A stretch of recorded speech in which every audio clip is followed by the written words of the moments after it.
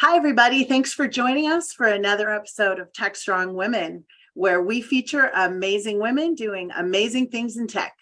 Hi, I'm Jodi Ashley, executive producer here at TechStrong, and I'm joined by my co-hosts, Tracy Ragan and Rebecca Auguste. But before we introduce today's guests, I want to give you a quick update on what's happening here at TechStrong. Coming up on October 4th, we have the Cloud Container Security Summit, and on November 16th, join us for DevOps Experience. If you're interested in submitting a speaker submission or attending either event, go to techstrongevents.com to sign up, and be sure to tune into TechStrong TV every day for great shows and interviews. Hey, Rebecca, what do you have on tap for this week? So on tap for this week, I wanted to highlight a really amazing software engineer name. Our Instagram name is Maxine.js. She's a self-taught DevOps engineer, technical writer, and full stack mom is her description. So I love how she's a self-taught engineer, and she goes through Instagram teaching a lot of stuff that we cover at DevOps.com. What is the Internet of Things, DevOps versus DevSecOps. She is absolutely amazing, and she's kind of fun to watch. She makes learning really fun. I definitely suggest anybody who's looking into this industry should definitely check out her Instagram. Full stack mom. Nice, nice. I like it. So what about you, Tracy? What do you have this week? So as many of you know, I'm on the board of the OpenSSF. So I get things that come through about what's happening at the OpenSSF. And this came through. They have now started a end user working group. Super, super important. For those of you who don't know what the OpenSSF is, it's basically Open Source Security Foundation. And their focus is to really sort out how to make sure we don't have another Log4j moment. And they're focused heavily around SBOMs and CVEs and making SBOMs available to everyone. One of their problems, though, to be quite honest, is they don't have enough end users providing feedback in terms of what problems that the end users are having with adoption of SBOMs. So we may generate one and it sits on a file system somewhere. So woohoo, right? Did a lot of good to take that time to generate it. So we're looking at use cases and understanding from a end user perspective, what stops them, what are the barriers, how can we help them? And having this end user working group will be super essential. So if this is an area that you're interested in, or even if you're a DevOps person, because when we start talking about security, it's really part of the DevOps pipeline. We've talked about DevSecOps for a long time, but what does that really mean? It means bringing the security pieces into the development pipeline, which also means we're shifting security farther left. So how do we do that? We do that by getting feedback from end users. So there's so many ways to get involved in open source communities. One of the easiest ways, though, is to be part of a working group where you're providing input. It means you're not coding. You really are just providing input to say, these are the problems that we're struggling with. These are the kinds of use cases we'd like to see. And that's what that end user working group is all about. So don't hesitate. Jump in. Don't tip your toe in the water and see if it's too hot or cold. Jump in full force and help us out with sorting out these security issues. And if you're in the DevOps space, this is a really good place to start. So that's what I have today to encourage everybody who has never been in an open source or worked on an OS working group. This would be a good one for you. And you can find out more about it at the OpenSSF website. That's amazing. I think we all forget that we can't be a silo, right? We need input. We need to we don't have to fix all the world's problems, but we need to have a conversation and bring a lot of people into it, find out all the things that are going on. So that's really cool. Thank you, Tracy. That's awesome. I would like to introduce you to our guest today. We're very excited to have her. Zenobia Godschalk, would you like to tell us all a little bit about you? Hello. Yes, thank you. And thank you for having me on. This is such a great group and community. So as Jodi mentioned, my name is Zenobia Godschalk. I run communications for a company called Swirlds Labs on the blockchain side, distributed ledger side. I also am the vice chair of the Forte group, which is a group of senior women in cybersecurity who in the midst of the pandemic found a way to develop some community and to share ideas and to come together to enable all of us, as much as we were spread out across the country and across the world, to still continue to have that level of community and to share ideas and help each other in our career paths. So my background, I graduated from Stanford, worked out in Silicon Valley for a number of years, worked in technology companies, did a very short stint on the sell side in investment banking as an analyst covering internet security and infrastructure. It was a great learning ground to really jump in and understand the entire security ecosystem, but it was still investment banking, which is not an area I wanted to be in. So I left that fairly quickly, went back to doing PR, IR, and what we call full stack marketing for technology companies. And most of where I spend my time is with security and blockchain companies. And so, now today also thinking about that intersection of those two, always something new to learn, and always, and just glad to be here. And you didn't mention it, but you're also aren't you a TedX speaker? Yes, yeah. So I I have spoken at TedX. Yep. Yep, absolutely. On on blockchain and cryptocurrency. And I think if anybody gets that opportunity, I would highly recommend that they take it. It is a lot of work, but it's also, they have a great process, right? They put you through it. They really make you think about your talk. They help prepare you. So if anybody ever gets that opportunity, I would encourage them to do it. I've thought about it, but I've always been like, do I have the time? Do I have the time? Yeah. And I don't know, I know they run them differently, but I think for me, it was sort of a 9-month prep, not that it was the full 9 months, but they walk you through, right? They have a certain bar in terms of what they want to see and how they want you to deliver that. But they also provide some great support in terms of speaker training. We work with people who are practicing speeches all the time. And I always say that you can never practice enough, right? Once you feel like you've practiced so much that you're sick of hearing yourself, that's probably about the time where you're ready to get on stage. Yeah, what happened to Toastmasters, right? That was people who attend to this day. It's an old, organization, but people who do attend Toastmasters and practice, they are far more polished. So I think it's awesome that TedX does that for you. I didn't even know Toastmasters was still around. It's still around. My dad did Toastmasters, and he would have been 100 this year. So yeah, that was a long time ago. I remember him doing that, but it just isn't something you hear about that often.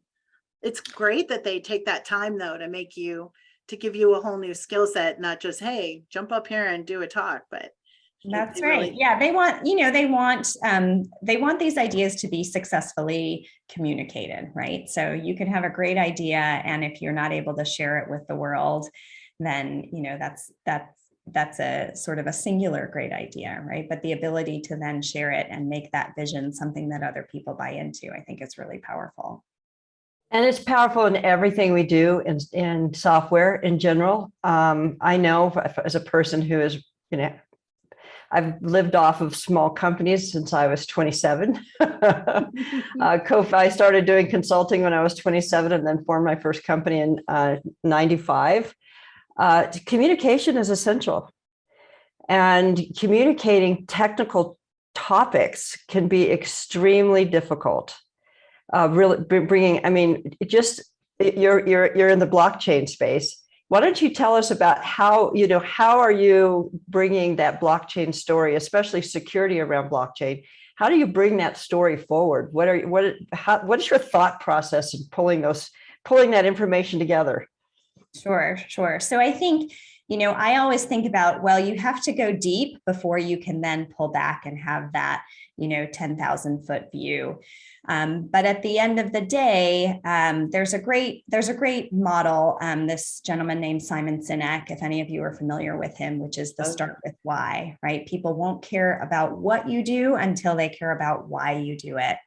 And so I think when you're trying to communicate these technical topics, you do need to spend time with the folks who are building, who are creating it, and you need to hear everything that they are saying about what they are doing and their beliefs on why it's so important. And then the challenge is taking that and saying, great, now you all probably know way too much. And for the person who is just getting a taste of this, I need to give them only the highest level of why. And then I can dive in, right? Then, I think that people are much more, they want to control their journey of how they discover things much more on their own, right? The days of Gartner tells me what to buy and I go buy it are long gone, right? I can now jump into Reddit. I can now jump into Discord. I can now have all those conversations when I want to at a very technical level, but I first need to be hooked. So one of the things that I tell people, when they're going through this process is think about, at the end of the day, everybody loves stories, right? We love them from the time that we're children. We love the hero's journey. We love, conflict, but we also just like to be told stories and we like to be entertained. And if you were able to do that and put it in, in the perspective of why do I care, right? Why should I care? How does this affect me? That's going to be a lot different. So if I tell you, well, a blockchain is an immutable ledger and you can, control your own data and it is distributed, a distributed multi-master, database, like most people are going to go, well, that's great, but I don't care. If I tell you, yes, you're going to, the person who has 7,000 other things coming at them, right? They just don't have time to do that. But if you say, well, gosh, are there any instances where you wish you could control your data or you wish that you had accountability across your supply chain, right? You talked about sort of the software bill of materials, right? So we think about, for example, a physical supply chain, right? When the COVID vaccine was coming out, the big story was that supply chain has to be cold at every point in its journey. And that vaccine has to be cold in every point in its journey before it gets in your arm. Otherwise, it doesn't work. Okay, well, maybe you can apply distributed trust to that process. Can I have the manufacturer verify that it was cold throughout the creation of that vaccine? Can I have the distributors verify that their warehouses were cold at every point where it was stored? Can I have the trucks verify that those were cold at every point where it was transported? And can I have the hospital verify that the entire time it's been in their possession, that it was actually still cold before it got into my arm?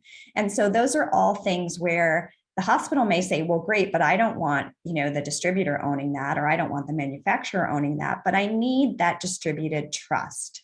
So we talk a lot about the end user stories and the why, to say, why is distributed trust really important? And where can you think about applications in your life where you would like to have that kind of distributed trust, where you don't necessarily trust one person or party to hold all of that data? And I think you just gave us the reason why you probably did an excellent TedX presentation, because you just taught us what I asked you. That was a great analogy for tracking software. I think that we hear oftentimes that it's too complex. It's, creating a bill of material or showing the ingredients of software is far too complex. But what you just described is super complex and has a impact, a death or, a life or death impact on people. So what is it, do you think, that why are we not, why is it, it's 2022, we're headed to 2023, just around the corner, and we're just starting to talk about the ingredients of software. and making sure that it's stored in a cold warehouse. What is it? Why haven't we talked about this before? I've been talking about it since 95 when we first created our first build audit report. But what is it now, other than the Biden administration? Why is this communication happening now? What's happening? Yeah, I mean, I do think that there has been a push for a long time, the concept of shift left, right? Like build security into your software earlier on in the process. But I do think the definition of left has also had to shift, because it used to be, I'm going to build my software and I'm going to build every single piece of it, right? Now you've had the advent of low code platforms. Now you have development teams globally. Now you have software that is built more modularly. And that's great, because that shows an evolution of our industry, right? That shows a maturation of our industry. Let's not recreate the wheel every time we're trying to create a piece of software. But with that maturation, you also then insert that uncertainty, because you don't control the whole process. And you do have to depend on a number of different vendors where you may not necessarily know everything that goes on in their environment. So I think, it is, it's a good problem to have, because it shows that we as an industry have matured to the point where we are not, we are not sewing our own clothes. We are not, growing our own food. We have created this beautiful global supply chain, but now we have to do all the other things that other global supply chains do. Which is accountability. Right.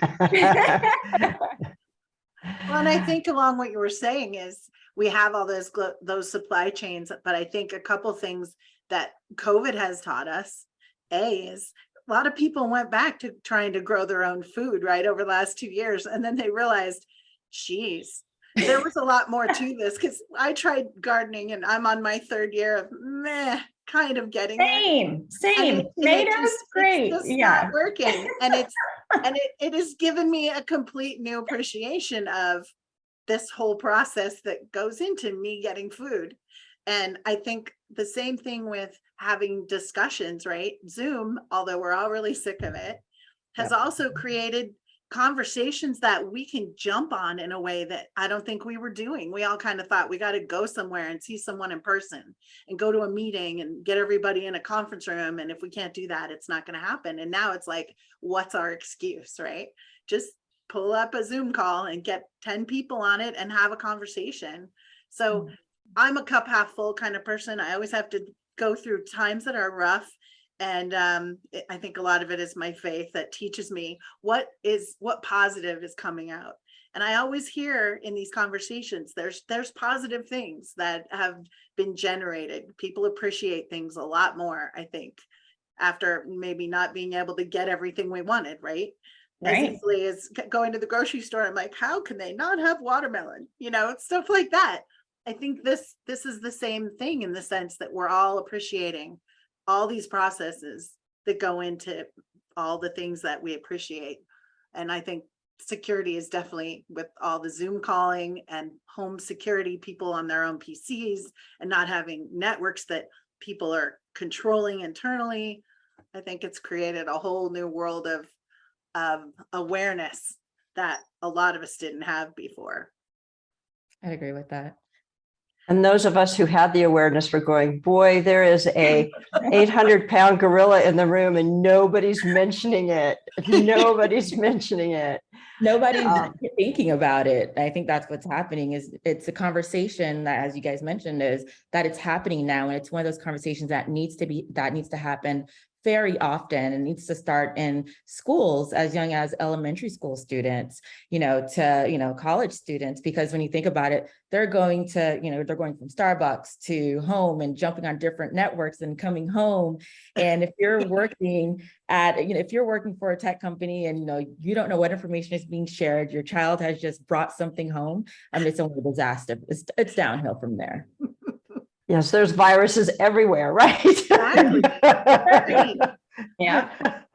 Now, Zenobia, I watched your TedX and you did an absolute amazing job. Thank Let you. me ask you, with your amazing experience and your background, what has been the greatest challenge when communicating some of these complex technologies to the masses? What is the greatest challenge that you've experienced overall? Yeah, so I think, there is, as information has been more accessible and as people are willing to and just have all of this at their fingertips, there is also the expectation, I think, that technology just works, right? So you can no longer really kind of open up your computers and kind of figure out what's in there, right? Like the next generation's like, yep, I have an iPad and it just works. So I think the perspective of, for those of us who have been around a while, is these things take time to mature, right? They take time to progress. They take time for that adoption to happen.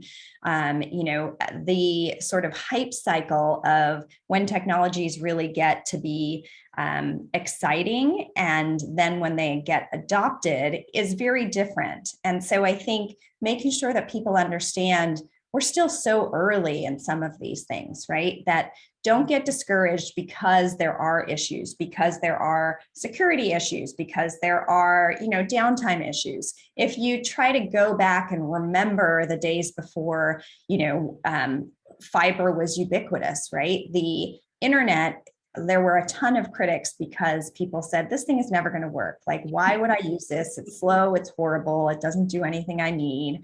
And now you can't imagine. I mean, I look at articles that basically say, like, the internet is dead, so long, that was a great experiment, right?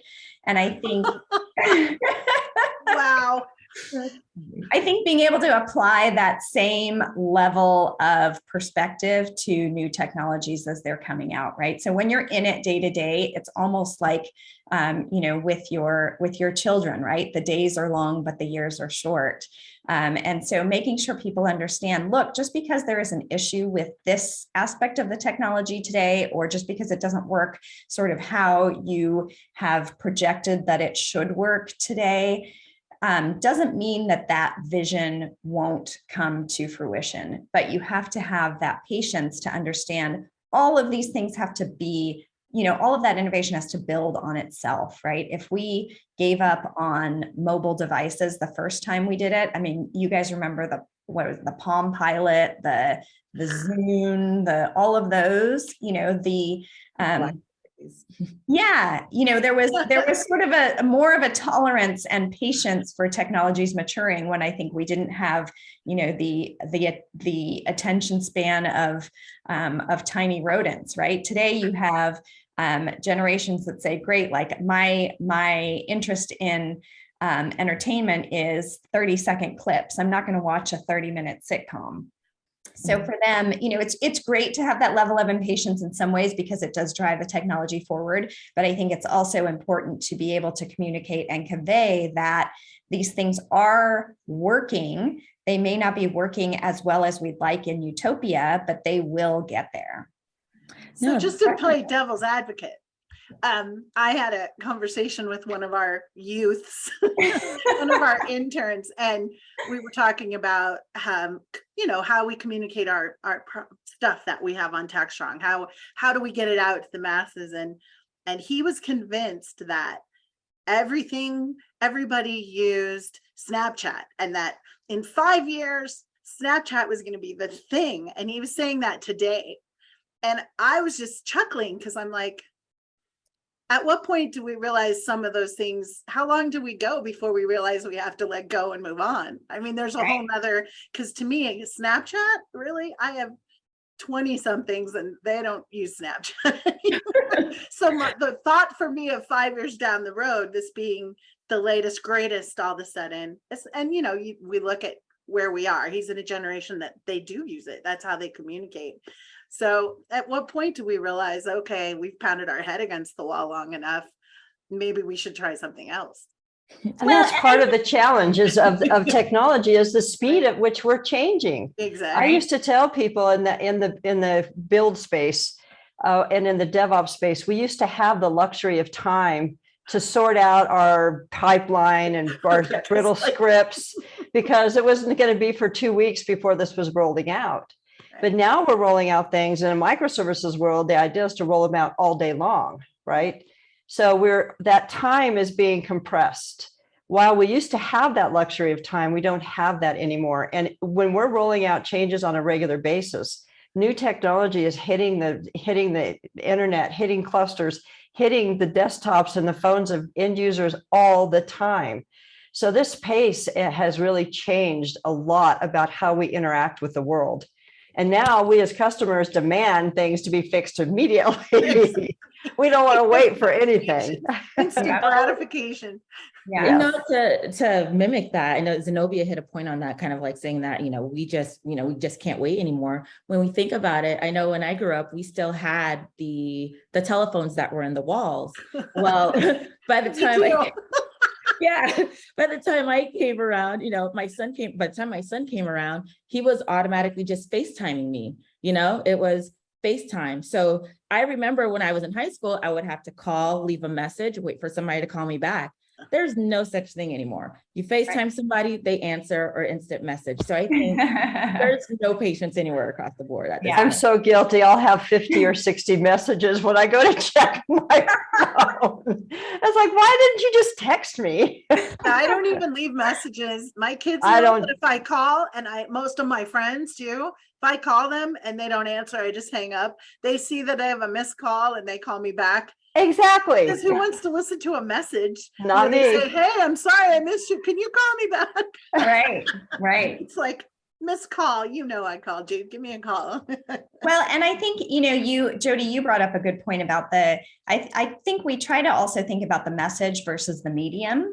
And so, I think it becomes even more important to make sure that message is crisp and clear and everybody understands it. And then to say, okay, but my area of expertise is not Snapchat. It's not, some of these other platforms. So maybe I need to then build my team so that we have all those different experts on there. But at the end of the day, they are all delivering that same core message across those platforms where it's consistent. That makes sense. Yeah, definitely. So Zenobia, just to shift a little bit, I understand you were also involved with a group called Forte Group. I think a person like myself needs to learn more about what that is. Could you kind of give us a rundown of what you're working on? Absolutely. So, yes. So going back to the start of the pandemic, there are, as you all know, the percentage and the number of women in cybersecurity is small, but mighty. And, I think we got used to seeing each other at conferences. We got used to getting together in person. We got used to sort of, giving each other the nods of, oh yes, it's some of the same folks that we've known for a long time who we've watched and supported each other growing up in the industry. And when the pandemic came around, Dee Dayton and Chengxi Wang, started having conversations around, well, how do we get this? How do we keep that sense of community? And how do we keep that sense of support among this group when we're no longer able to be together? And so we started meeting informally in 2020. And, it was really a sort of a Slack channel of, women who were fairly senior in their careers in cybersecurity and in privacy. And then it started being, okay, well, let's not just sort of share tips and tricks, but maybe we should, have some education that comes here too. So we brought in speakers who talked about everything from negotiating. We had a Harvard professor come in and talk about, negotiations. We had folks who, now this is a group of fairly senior women. So, we had some of the women present and have a discussion on, okay, how should you negotiate equity comp, right? What are the things that you need to be thinking about? We've had women come in and talk about, if you're thinking about angel investing, what should you be looking for?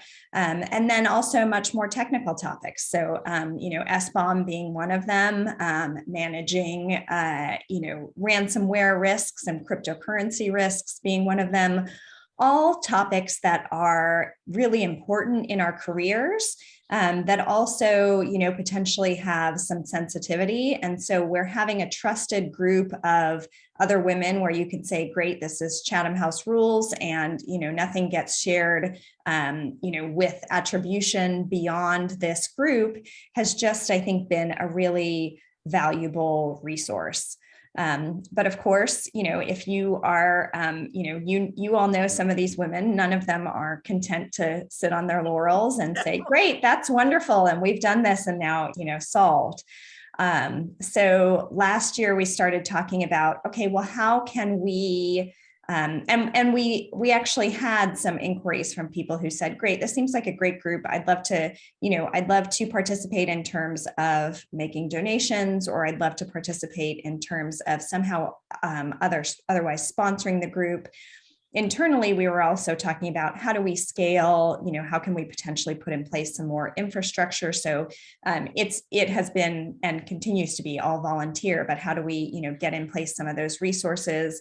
And then how do we think about potentially supporting that next generation of leaders who, it is incumbent upon us to build that pipeline. A lot of women are multi-time CISOs. A lot of women are in their first role as a CISO. A lot of women are sort of at that one layer down where it's clear that they will be that next generation of security leaders. And so how do we provide the kinds of programming and resources that really strengthen that group and help identify where are the gaps, both in knowledge as well as in networks and support, to make sure that that group is successful, and to make sure that we are also, paying it forward and helping that next generation of potential leaders in our space. Interesting. Very interesting. So are there, I don't know that particular market that well. Is there are women underserved in those higher level security positions? So I think, I haven't looked at the data, but I think if you look at, the overall cybersecurity industry, it's I think something like 15%. It's still quite small. And then as you get up the ranks, I think it speaks volumes that we all knew a lot of the senior level women, right? So we started, and it has grown through, hey, I know this person, and I recommend that she be invited to join. But it is a very small group. I think in some ways, it's probably, I don't know how it compares to the overall IT. Female leaders in IT, but it's definitely a small group. I would say at the Open SSF, in terms of who's on the board, we're probably like 5% women, if that. I'd have to do the math, but let's just give it, the benefit of the doubt, 5%. Exactly. Yeah.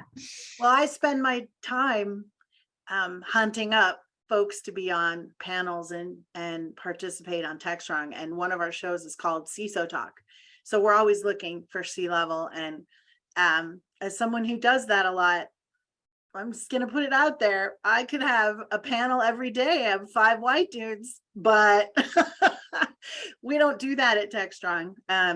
If the panel isn't diverse, we don't record. That's just the standard that our CEO, and I'm very proud to the fact that the CTO, who's my husband, has done that in his whole career. He's always mentored women and helped them to, be able to find a way to get up those ranks, because it's very important to him and he sees their value. It's one of the reasons I love him so much. Tracy and Rebecca both know him, and they know that he's a really good guy that way. But I struggle because, like you said, I end up kind of with the same pool of folks, whether it's women or whether it's women of color or whether it's diversity in general, especially at the C-level. And it's super frustrating to watch that. So when I see groups like yours, I get so excited, because I see this whole sea of people that I wasn't aware of, that I can reach out to and be like, hey, we're doing this, we're having an event, we're doing a panel, I have a webinar that I need you on. And And we need to get to the point where we're just like finding people, and it's not so hard that we have to specifically look for color and sex and gender identity and all those things that are so important. But yeah, Right. definitely those numbers are low. Yeah, and we absolutely have, folks. So Jodi, we can definitely share with you some incredible women to I feature was there. planning on it. And we're really You not. also- you bring up a good point about allies though too, right? I mean, we certainly see that there are some incredible allies in the space. So, it is, I would be remiss to not note, the men who get asked to join a panel and say, great, but I'm only going to do it if there is diversity on this Oh panel. yeah, I'm That's getting so more and more of important. that every day. People literally saying, who's on here? I want to know that this is diverse. Yeah. Yeah, for And as soon sure. as we get in, we need to get investors thinking that way too. I just want to point out that women only get about, I think, around 2% of the VC funding, 2%. Seriously? I used to go out and look for funding. And then one day I said to myself, what makes me think I am at the 2% of women who have awesome ideas? And I just decided not to pursue it anymore because it was going to be a waste of my time. I didn't know. Which is, a sad statement because of, quite honestly, I think if I was had a different profile, I would have been looked at more closely. But Right. it's 2%. And when you only have 2% of women being lifted up at a co-founder or C-level, you're not going to have a whole lot of diversity come along the way. That is just the case. When you don't have upper management and co-founders and C-level folks who are diverse, you're just not going to have a diverse population at that company. Yeah. And I think, that's one of the things that we, that's part of, I think, the beauty of this group too, is that there are, there are women who are in VC, there are women who have been angel investors or LPs. And so it's not just about getting access to them, but it's also about saying, okay, well, how can we potentially help you think about how other VCs are thinking about things in their portfolio? What are the kinds of things that you need to have ready if you really do want to go and pitch all these other folks? And how can you, use these networks of other women who have, who have been able to get there to help you? This is a true story. I was pitching to, I won't say who it was, a VC out of the Silicon Valley. And he listened to my about 5 minutes of my pitch. And he said, I just want to stop you right there. And I was like, okay, fair enough. And he goes, I could never invest in your company. And I was like, great. Tell me why, with my zipper down. Somebody tell me if I have toilet paper stuck to my shoe, right? Lipstick on my teeth. Exactly. And he said, well, what would happen if your kid got sick? Oh. And you know what my response was? What? Cool. You think I'm in childbearing years. Why, thank you. I did. I said, thank you so much for thinking that. And I said, but how is that different from a man? Right. And he said, because it's the women who always stay home with the sick kids. And I don't want to have to deal with that. What would I do? He was honest. And I thanked him for his honesty. How recent was this? Last year. No. Wow, Oh my gosh. Oh, Yeah, last year. oh boy. I have to Yeah. behave myself now. So we have a long way to go. We have a long way to go. So I'm glad that the Forte group is addressing that problem because it matters. Every little bite matters, right? Okay, I have to ask one more question. Age group of this human. What age group was this person in? It's hard for me to tell age, but I'm guessing he Well, was he somewhere thought you could have between. babies still. Yeah, he thought I could have babies, but he probably was younger than me. I look much younger than I am. I'm guessing he was between 40 and 50. Wow. I would have expected 10 plus for that. No, The fact that attitude is in that age group just makes me. Wow. but he so was angry. honest. I know. How many other people have I pitched to that didn't tell me that? Right. He saved you the other 50 minutes of your time. He did. And I thanked him for it. I did. I thanked him. But like I say, I don't know how many other pitches I had done where they were thinking that and they didn't tell me. We need to use the format of like The Voice or that show where they wear weird costumes when they sing and nobody knows who they are. Right. Because I'm serious. If you put people in a room and you didn't know anything and you just listened to what they had to say, we would not be having this conversation all the time. Yeah. It's totally this whole, oh, I'm going to get all wound up. This is bad. I have really, like my whole family, my children are very active politically. They're into stuff. So we get a lot of good conversations going on. So I have to behave myself or I'm going to get myself in trouble. But I think there's been that application, right? Like in the NFL, there's the Rooney Rule, right? In terms of who you have to interview before you appoint someone in a job. I think there's tons of examples where, being able to kind of, unfortunately mask the real identity of someone puts them on a more level playing field. And so, as we think about, I'm not sure that the, Mark Zuckerberg's vision of the metaverse where, look, you can now have a virtual meeting in the metaverse. I was like, wow, that seems like the most painful thing to do. Why would you want the metaverse for that?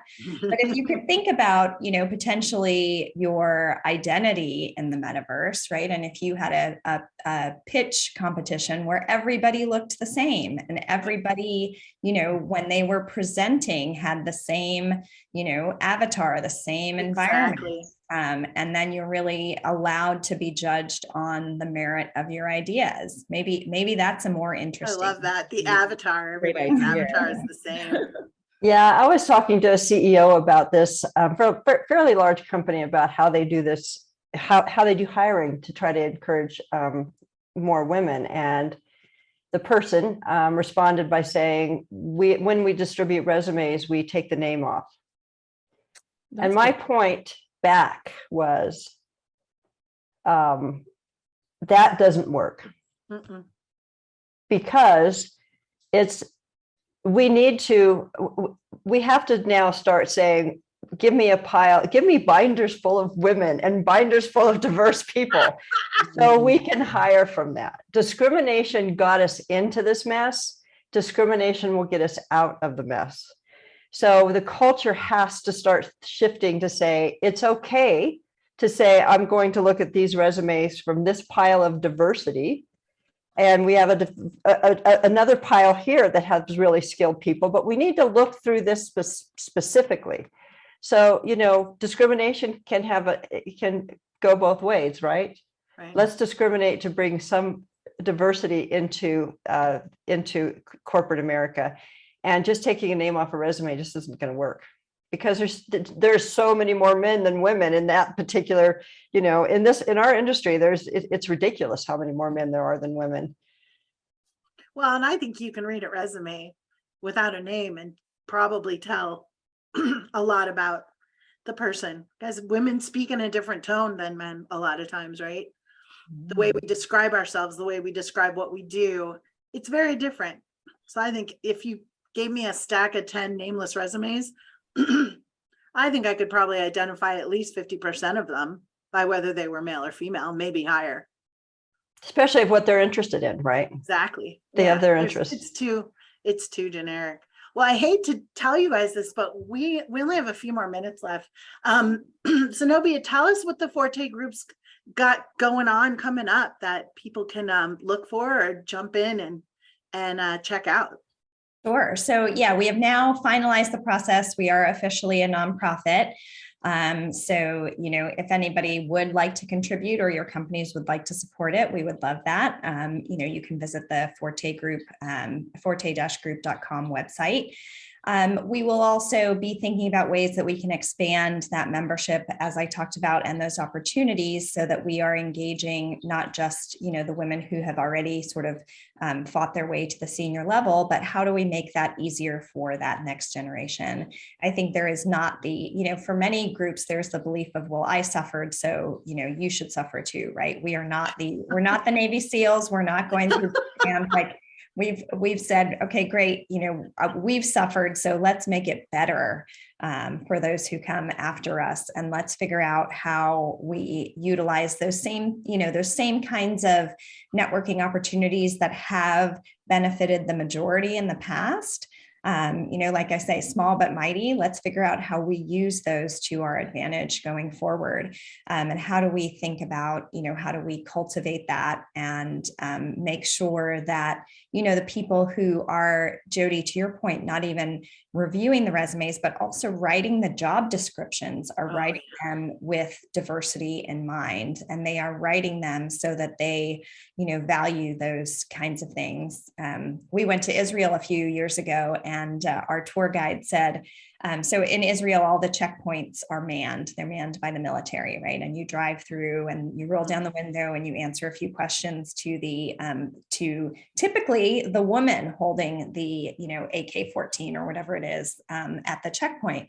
And he said, do you notice, what do you notice? And essentially most of the people at the checkpoints were women. And he said, why do you think that is? And of course, my boys were looking at me like, no idea. And I said, is it because women pay more attention to detail? And absolutely. That's amazing. So when you think about cybersecurity, right, those kinds of things that there's a lot of benefit to having that diversity, not only of opinions, but also experiences and of the kinds of things that you're thinking about, because you can bet that the opponent on the other side is not going to just limit their way of thinking to sort of a very traditional mainstream way of thinking. That's not how they got to be hackers and how they got to be on that side. So, we need to use that diversity of thought and opinion and experience to our benefit, because we are not winning the war at this point. So we've got to get better. Wow, what a great way to wrap this up. Thank you so much for being with us. This was a really great conversation. It was fascinating meeting and speaking with you, Zenobia. I really enjoyed it. Thank you so much for having me. It was great. And we're going to keep in touch, and we're going to watch what you guys are doing. I'm sure you're going to do some great stuff. That's super exciting. Awesome. Well, thank you so much for your support. We really appreciate it. Well, thanks everybody for tuning in to another episode of Tech Strong Women. We'll be back in a couple of weeks, so please tune in. And every day, tune into techstrong.tv. We have lots of great stuff out there for you guys to watch. All right. We'll see you later.